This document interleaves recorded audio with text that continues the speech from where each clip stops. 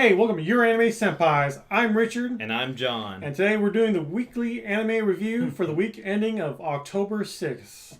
Let's get started. Hey, that'd be a great idea. All right.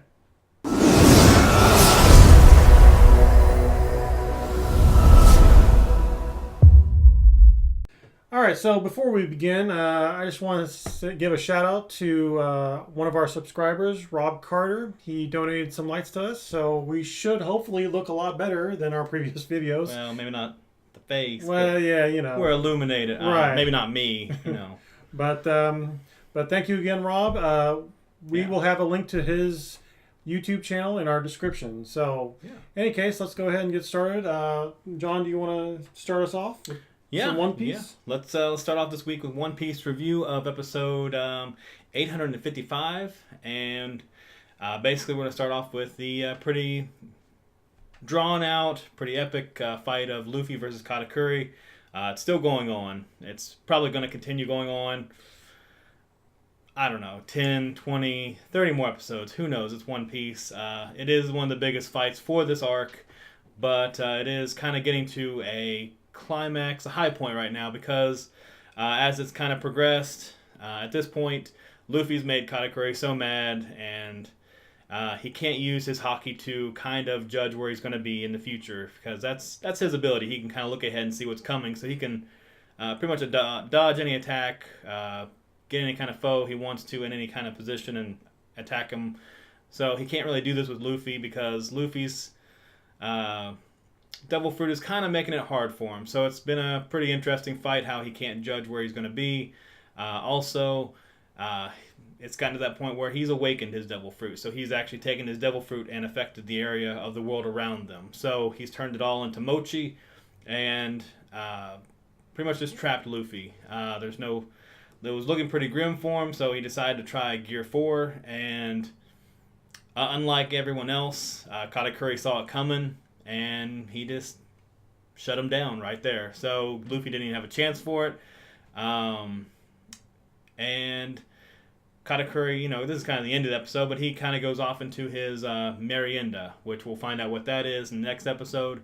And as a little side point of what's going on in this episode, we got to see the Big Mom Pirates fight the Germa force, and the different interactions with that. Nothing too interesting, but I thought it was a decent episode. Kind of get this fight moving a little bit more than what it was. It wasn't a back and forth. It actually came to a point where things are going to start happening. So really thought it was good, for that point. Really looking forward to the next one. And at this point, kind of turn it back to you. And what else? What are you watching this week that you want to review? Well, so this week is the start of the fall anime for the fall season of 2018. So let's go ahead and start with that time that I was reincarnated as a slime, episode 1. So as I mentioned from the previous preview video, for this season, I've actually read the manga, but I've not read the source material. But I might be doing some comparisons between the manga and the anime, so just to forewarn you, I won't give any spoilers though, at least not for upcoming events.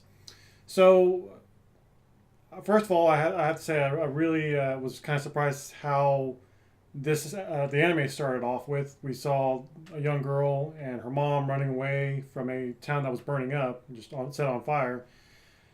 Mom disappears. It looks like she might have been killed. We don't know, but then the little girl gets consumed in flames. But there might be some magic shenanigans there. We're not quite sure.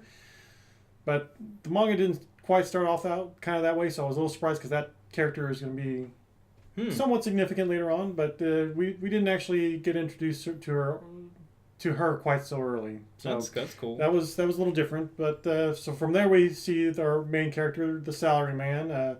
He's meeting up with one of his co-workers and the co-worker's girlfriend. They're all it's just a normal day. They're all about ready to go out to have some lunch. And then all of a sudden they get attacked by this burglar or some criminal that he's got. I didn't really understand that. Yeah, dude was just like running through town. He was just running through just with his knife in his hand. So that was kind of strange. I've never really explained that, but it looked like he was gunning for the co-worker, but then the main character just pushed him out of the way, and then the main character is the one that got stabbed. So as the main character is just lying there, he's thinking through a bunch of different things, just kind of rambling on about how, he's 37 years old. So, according to the internet, he, at the age of 30, he should have been a sage. But since he's so close to 40, he should be a great sage. Yeah. And that's about the time we started hearing this voice saying, "Oh, you've been upgraded to great sage." And she starts rambling on to these now does it RPG. explain all that stuff later on? You think? Yeah. Okay. Well, it kind of did in this episode a little bit. Just kind of the voice is actually the great sage ability. Like it basically tells him like what all these different things are. Like if he asks a question about like in this episode.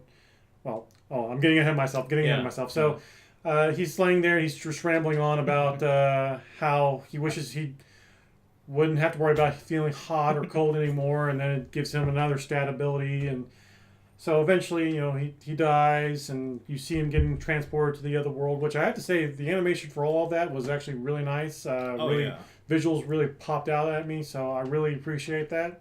So, yeah, he gets transported to the other world. He wakes up, he realizes that he's not human anymore. He doesn't feel his arm or legs. He can't see anything. He can't say anything because it doesn't have a mouth anymore. We the audience hear his thoughts though. So he's just kind of going around like feeling things, feels like these flowers, these herbs. So he consumes them even though he doesn't really need to eat anymore. He doesn't eat, sleep, or drink anymore because he realizes he's a slime.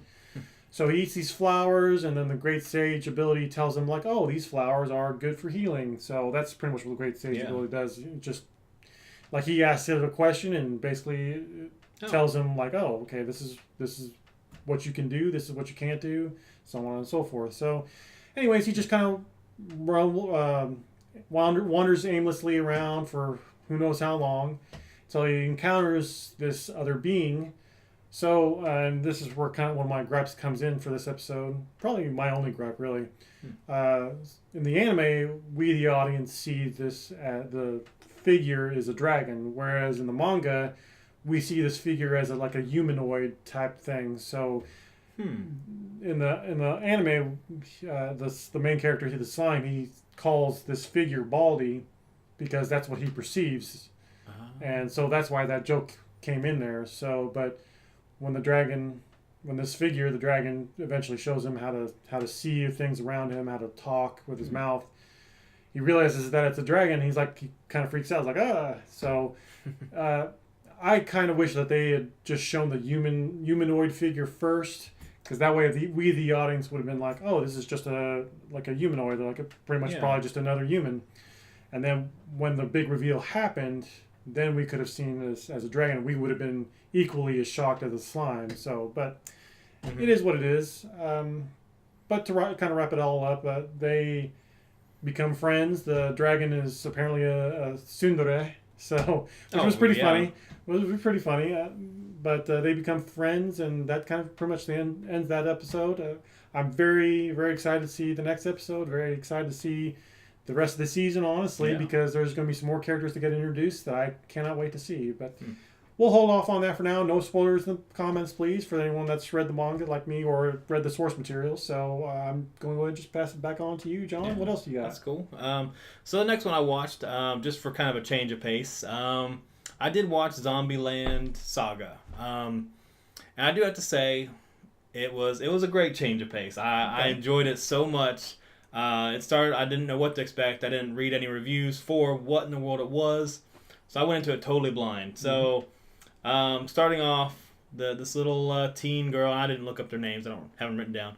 But the teen main character, she's kind of a klutz, she says, and different things. So she is going to apply today to be in a pop idol band. So she's getting her paperwork all together. And this is before even the opening credits start. So she's getting all this together. She's all excited, running out of her house, passes through her front gate or whatever, and right across the street to I guess wherever she's gonna mail this letter off to, and nailed by a truck. And so the opening all automatically just freeze frames to this, cuts to a different angle. You see her get hit from the front now by the truck, and she's thrown crazy high into the air, and all of a sudden this death metal music just starts playing as the credits start rolling with blood splatters behind everything, and it was so so much of a change. I didn't know what was coming, but after that I was like, okay, so we're going with a gag anime, just funny, whatever. Mm-hmm. So once it's done, she wakes up. She's in this just run-down old mansion. Now the tone's changed quite a bit. It's like actually pretty creepy because I was watching this at night and it was pretty dark. Like I didn't know what to expect, what was going on. So she wakes up, she's looking around, there's nothing, just kind of creepy noises and storming out. It's storming, obviously, right. I think. And so she's, she's wandering around, and all of a sudden she passes by this one door, and of course there has to be a jump scare. The zombie just flies through it, hits the wall, its body all mangled up on the floor, twists around, and stands back up. And I'm like, what is going on in this anime right now?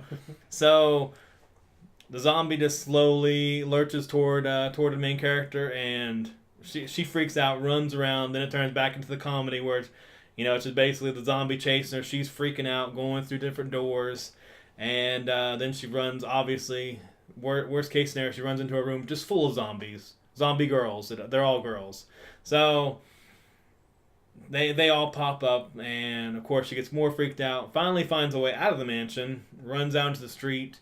Runs into a police officer, and as she's asking for help, the police officer just freaks out, doesn't know what's wrong with the girl or whatever. The main character doesn't know what's wrong, I guess, from her point of view, why the police officer's freaking out. But he draws his gun, and as she turns around toward a little street mirror, she sees that she is also a zombie. So She is what they call an awakened zombie, I guess, is what I remember them saying. So the police officer does end up shooting her in the back. And so she falls, I forget how it was. It was really awkward how she fell dead onto the floor. But then another main character comes in that's going to be in charge of all these zombie girls. So he comes, collects her, brings her back to the mansion, and they hold idol auditions for the zombie band that's going to be being made. So evidently, since the main character is the only one that's awake, and she's obviously, I think they called her Zombie 1. So she's going to lead the band, the pop idol band. So she got her wish in the end. She is in a pop idol band, J-pop band, whatever. So but she's a zombie. And it's like, I think, been 10 years since she died. Oh, so okay, wow. There's that too. So. And that's another plot device, is that in those 10 years, something happened and J-pop has went away, so they need to bring it back. So that's this guy's mission with his J-pop band. And we find out that all these other girls that are zombies still were singers and pop idols throughout history. Like one of them's wearing a kimono, and she's from, really? way back. Wow. So that we have all these popular pop idols that are resurrected for this mission in the anime. And the only place they could actually book a show was, of course, a death metal concert. So he books a show for the girls, and they get in there. They start rambling around the stage. One of them jumps off, tries to bite a couple of fans, which, death metal fans loved it. They were like, "Oh, this band's totally into it," kind of thing. And once they round them all back up onto the stage. Music starts playing, and automatically it's been kind of revealed earlier in the episode that music just makes them start headbanging uncontrollably and very violently. So with that going on, one of them decides to pick up a megaphone and just screams into it, and that's kind of where the episode just kind of ends. It's kind of going at the close of it. All the J-pop zombies are all screaming into it. They are, getting into this music. All the fans are loving it. And it just kind of cuts at the very end to them. Almost all the rest of the girls had awakened, and there's just, I think, one or two zombies left. So looks like the next episode we might have everybody awakened and forming this J-pop band. But overall, I love comedy anime, so this was just great. Any episode of any anime I watched this week, I was laughing the hardest at this one. Like, I was thoroughly enjoying it at different parts. So it was a very surprising. It was a great surprise. So highly recommended if you like this kind of thing. It's definitely worth the time. And with that, we'll go back to you for the next review that you've watched this week. So the next thing I watched was Gakuen Basara, which is based loosely off the Sengoku Basara anime from years ago. So, which I've only, again, going back to the fall preview, I've only watched one season of the Sengoku Basara, so I really don't remember much of it. I was really just going into this for the voice actors more than anything else. So this was kind of my maybe series. Maybe I'll pick it up, maybe I won't. But overall, like, it was okay. It was nice hearing the voice actors again, but again, it's been so long since I've watched Sengoku Basara that I just really couldn't connect with the characters. Really? I mean, they had basically just this.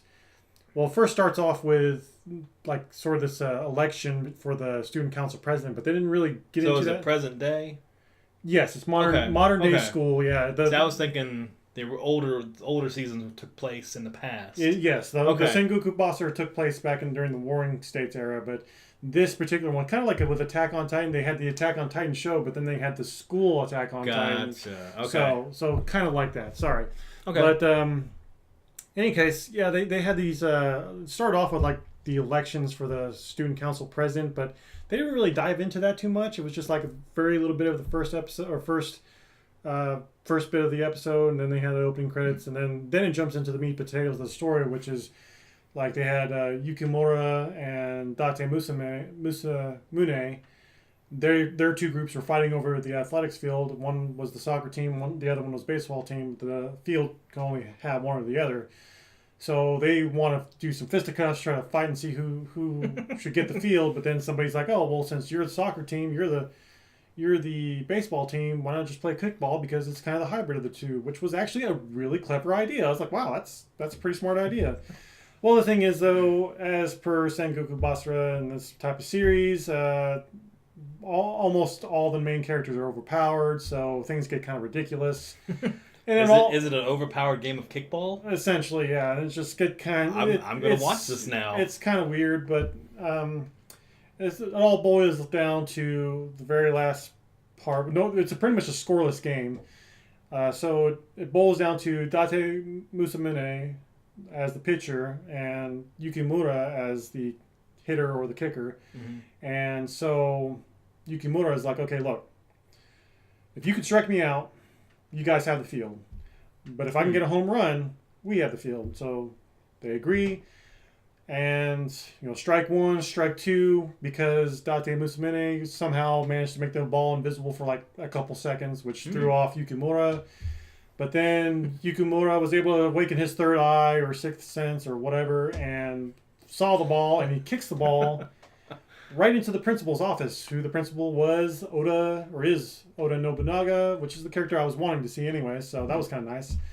But because of this, they do damage, broke the window, and I think it created an explosion actually too. Oh, so because again, overpowered characters. Anime logic, yeah. So that happened, and basically the principal perma-banned both teams from using the athletics field. So nothing really got resolved. In any case, but yeah, like I said, I really couldn't get into the characters. I mean, it was a nice throwback. I remember these personalities from the original series, but I just really couldn't get into it then, can't really get into it now. I may give it another couple episodes, but I really don't feel like I'm probably going to watch the entire series of this. So I wouldn't expect too much more reviews from me, at least, for this series. So yeah. And if you're into this type of thing, great, but I might try watching it. I don't know. It sounds like something silly enough to be funny. I don't know. It just really wasn't up my alley. So, but I'm going to go ahead and pass it back to you, John. What else you got? Well, I'm going to actually end. I guess as a side caveat to this, I'm going to say that there was no Attack on Titan this week. Yes. Yeah. What was it? The Typhoon. Typhoon. I want to call it a tsunami again. The Typhoon came through, so they canceled the episode. So we'll continue that next week. So. Right. The last one I was going to watch, that I had watched and that I'm going to review is Overlord. So this is the last episode of the season, and it was kind of lackluster. Like I was expecting more, but so we started off with Ainz versus Gazef. That was set up in the last episode. Yes. He came down and he challenged him to a duel, and I already knew in my mind that this wasn't going to be much because of how just godlike Ainz is in this world. So, it was a great display of that power, sure. He pretty much just stopped time, walked over, cast True Death on him, and just laid down his body, and that was it. And I was like, well, I mean, I guess if you're going to honor somebody like by not massacring their body, yeah, that's very respectful, because he did have a lot of respect for the guy. But he was just like, well, I'm ending this. There's no point. Right. So he definitely demonstrated that. So with all that done, he kind of honors his word since he challenged him to a duel. He's not going to let his little goats continue to ravage everybody. So he actually called him back and kind of say, Gazev did save the city by basically sacrificing his life in this duel. But at this point, the city that Ainz was trying to get captivity of just basically said, well, if he beat Gazev, beat these hundreds of thousands of soldiers all at once, can't really do much. What choice do we have? They surrender. They open up the gates, and this is kind of just really paraphrasing, because there wasn't a whole lot that went on besides all the little transactions between the characters. But they open up the gates. Ainz takes his army of undead and everything, marches them all in, and then in a shocking twist, Momon, which is Ainz's counterpart, like he dresses up as him normally and kind of makes he plays a good adamantite class adventurer normally in disguise as this Momon character, and he's always good and upright and everything. So he appears and challenges Ainz to a duel, which technically are the same people. So obviously somebody has shapeshifted into him, but for the sake of the townsfolk of Rantel, they have this display. And through a long dialogue, Momon decides to join Ainz's leadership, I guess, or underneath him. He decides to serve him, basically to keep him in check. That way the people are safe. And as a secondary thing, it kind of allows Ainz to rule the people. And even though they're going to fear him, they're also going to think in the back of their mind that they have Momon there to protect them. So it's a little, I guess, more bearable for them. So makes sense. It kind of ends the season with all of Ainz and his subordinates taking over the main castle of the Rantel and just kind of proclaiming their victory and celebrating it. And like I said, it wasn't the best way to end the season, but it did kind of wrap up some things. Made me look forward to the next season. And kind of the political drama that's going to keep going on with Ainz slowly overtaking this world and expanding his empire. So, did they already announce another season? Actually, I believe they did, because because it did say to be continued or something like that, or to be continuing at the end. Because from what I've read or heard from other people about the manga, it's very ongoing, just keeps getting better and better and better. So a lot of people are even very hyped for this show to continue. So I've never actually, like at first, when it first started, I was wondering whether it'd even get a second season. It's just kept going. I've never read it. I might actually go and read this manga just because of how much hype there is for this. I'm really excited to see more. So makes sense. It wasn't overall a great episode, but so far the season, I didn't care for season 2, but this third season made up for it in a great way. So really enjoyed it. All right. So let's do one more. One more. So actually, technically 2, but I couldn't find season 3 of Index anywhere, so we'll be skipping that for this week. But I will end it on Goblin Slayer, which is another show that I've been very, very much waiting to see. When that got announced, I was just like, wow, that's amazing.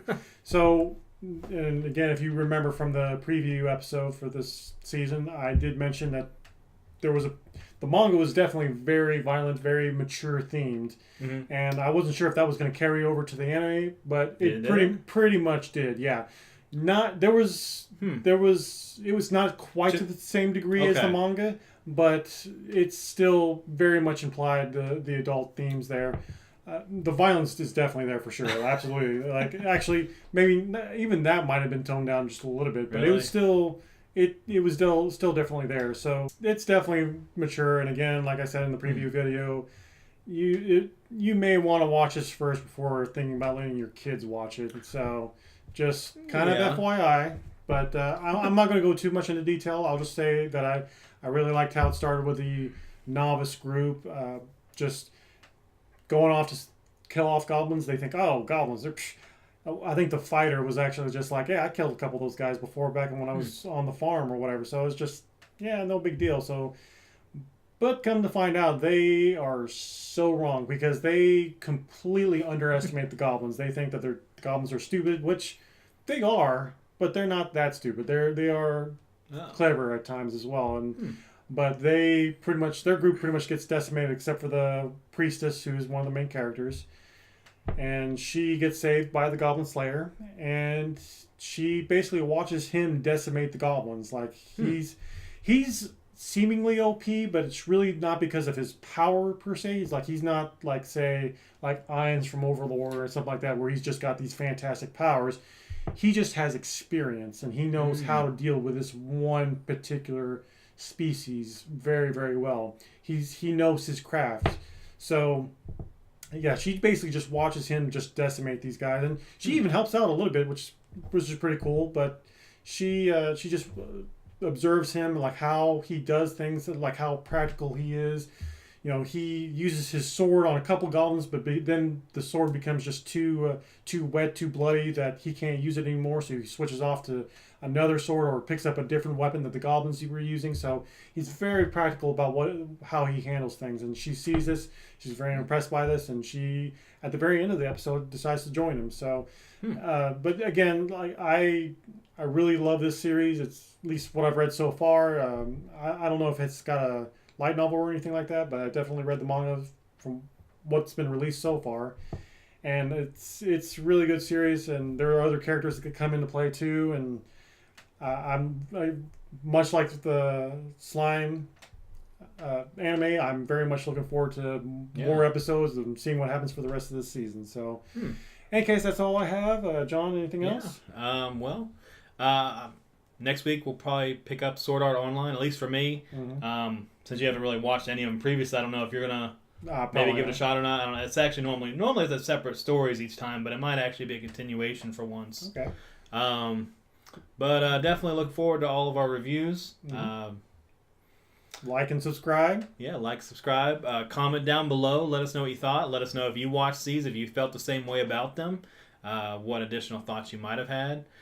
Hit the notification bell up there, and continue to support us. And if there's any anime that we didn't discuss, let us know, and let us know what you thought of those particular shows, and we might look over them as well. So yeah, but otherwise, I think we're good to go. So we'll see you next week. Yeah, have a great week. Thanks.